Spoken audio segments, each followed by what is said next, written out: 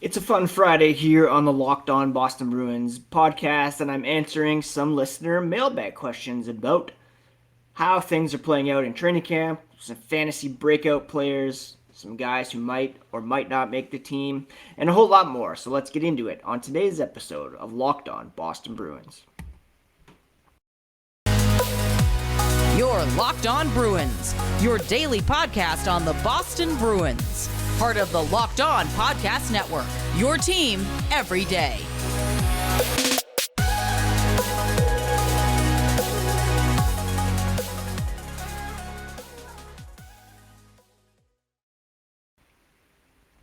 What's up, Bruins fans, and welcome back to the Locked On Boston Bruins podcast. I'm your host, Ian McLaren, and this is a daily show where we discuss all things Spoke to Be, as well as take a look around the NHL. Today is Friday, September 30th, and I want to thank you so much for making Locked On Boston Bruins part of your day. Every day, the podcast is free and available on all platforms, including YouTube, so please do smash that subscribe button. Each new episode will be automatically added to your feeds for you to download, listen, and enjoy. Today's episode is brought to you by BetOnline. BetOnline has you covered this season with more props, odds, and lines than ever before. BetOnline, where the game starts. Now, I mentioned it is September 30th. Up here in Canada, it's the National Day for Truth and Reconciliation. Each year, we honor the children who never return home and survivors of residential schools, as well as their families and communities.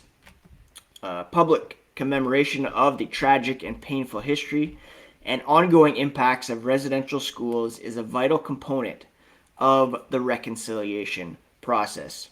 If you're not familiar with residential schools, it's where, Native sons and daughters were taken from their families, from indigenous communities, and,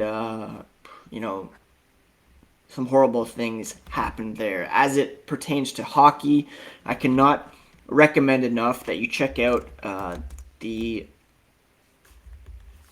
book written by Fred Sasakamoose, one of the first Canadian Indigenous players in the NHL, and he went through the residential school system. To make it to the NHL from that background is just remarkable, and you need to check out his story. Check out podcasts by Connie Walker from the CBC and on Spotify, just to get more familiar with this story. And I wanted to start with that here on today's podcast. Now, I put out a call for some mailbag questions, and as always, fans responded. I wanted to give a shout out to David at Davy Upper, who said, I have no questions for you, but what I can do is remind you to get out for those hikes. I was on it this morning. Like I said, I have the day off from my day job, so I dropped a kid off at school, went and had a coffee at my favorite cafe downtown Guelph. I read for a bit, journaled a bit, and then went and checked out a new trail that cuts through town behind a golf club, and it was a very nice trail as well. So thank you for that reminder, my good man. First question came in from Daryl Ingram at Ingram Daryl 31. They asked one more. He said, "Hey Ian, love the pod, everyday listener." Very much appreciated, Daryl. Thank you so much for that. My question is, who's more likely to be put on waivers? Connor Clifton, Jack Studnicka, AJ Greer, or Oskar Steen? And that's the question right now with respect to Boston Bruins training camp. There's definitely a battle going on between some more established veteran players like Nick Foligno, Thomas Nosek, Chris Wagner having a bit of a resurgence. I put Trent Frederick in that category, even though he's still a young guy. When I look at the forward situation, there's probably 8 locks. You have your top line of Marchand when healthy, Bergeron, Jake DeBrusk. The second line of Taylor Hall, David Krejci, David Pastrnak, Pavel Zacha, Craig Smith, Charlie Coyle on the third line. That's when everybody's healthy. At the moment, it will be Zacha up on the first line, so you have like 4 spots there. You'd expect that probably the Oceans line would be reunited with Frederick taking the place on the left side with Coyle and Smith. But again, do you go with Studnicka, Steen, Greer, Mark McLaughlin on the fourth line, or do you go with Foligno, Nosek, Wagner, Steen? It's a huge question at the moment, and I can't see Studnicka being put on waivers. I would expect that he would be scooped up. Steen, I would think, will be scooped up. AJ Greer might be able to sneak through. He's had a good showing at training camp so far, but as I mentioned on the podcast the other day, it's been a struggle for him to catch on in the NHL since the beginning of his career, since he was drafted by the Colorado Avalanche in the second round back in 2015. Clifton, he's shown his worth, so I don't know. It all depends with Clifton if Anton Strawman is given a contract, and it's less likely that he'll be put on waivers because of the injuries on the blue line. They have, at the moment, 8 defensemen under contract. 2 of them are injured.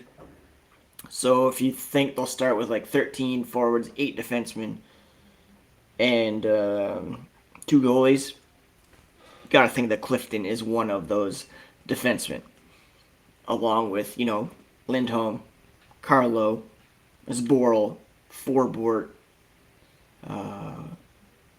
who else is healthy? Reilly. So you might even need to add another defenseman while those 2 guys were out.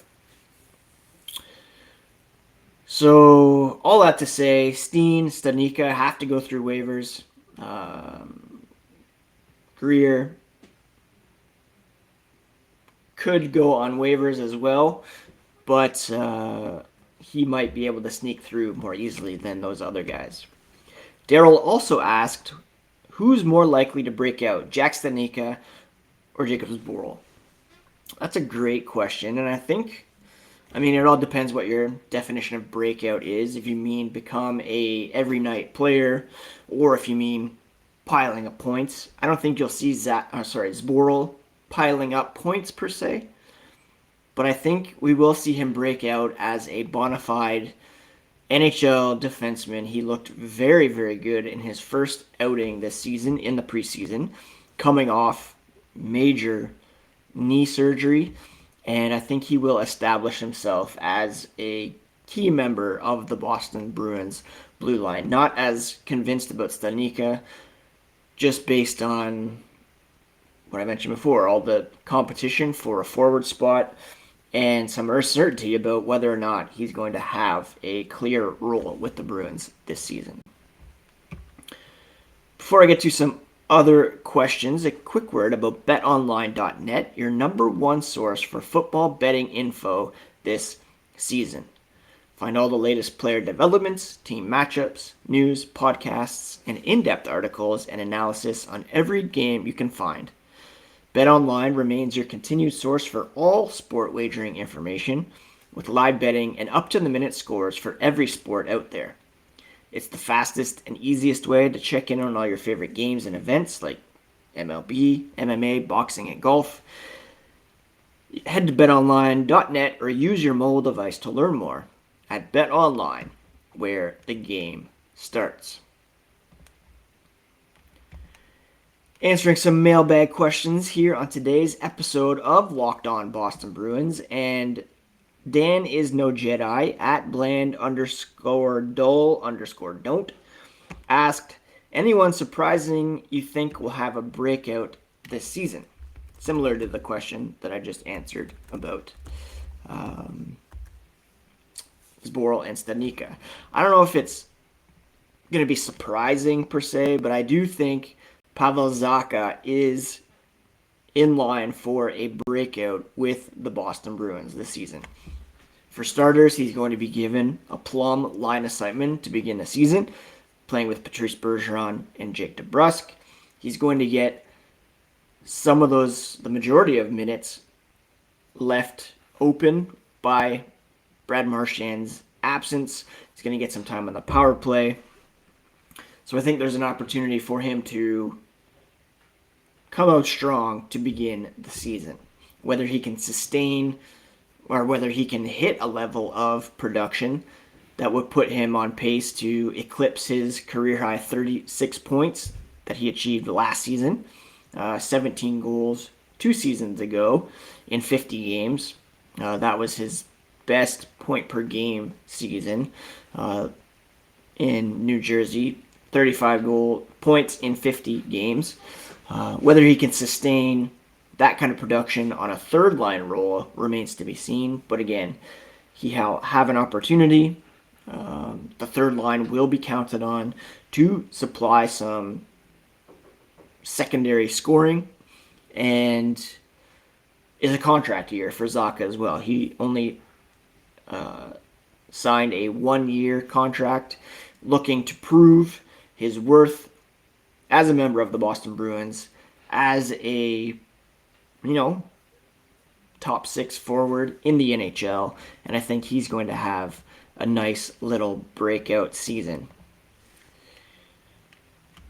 I don't know if you can describe it as a breakout for a veteran guy, but I think we could see Nick Foligno reach another level this season. He only scored 2 goals. I think I saw Jim Montgomery is hoping to get maybe 10 goals out of him. That would be a nice little breakout, and 10 goals from a fourth liner would be fantastic. Jay at Jason_B77 asks, is it worth taking a flyer on either Marchand or McAvoy with a fantasy pick? In other words, do you feel they have a decent point per game impact when they return, or are these injuries too severe? Marchand's does worry me. He did take Marchand in a mock draft with the final pick.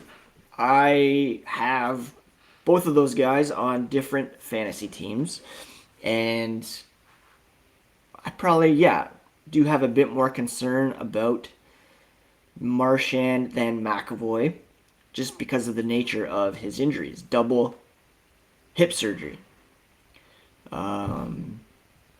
Expecting him to hit the ground running, to have his legs under those repaired hips, and putting up those big numbers. It could be a tall task. Thankfully, he'll be playing with Bergeron, DeBrusk, etc. to help get him back to that level. I do think it's obviously worth using a pick on Marchand. You can stash him on your IR, pick up somebody else in the meantime, and then get that early to mid-season boost from one of the best wingers in the NHL. Same with McAvoy.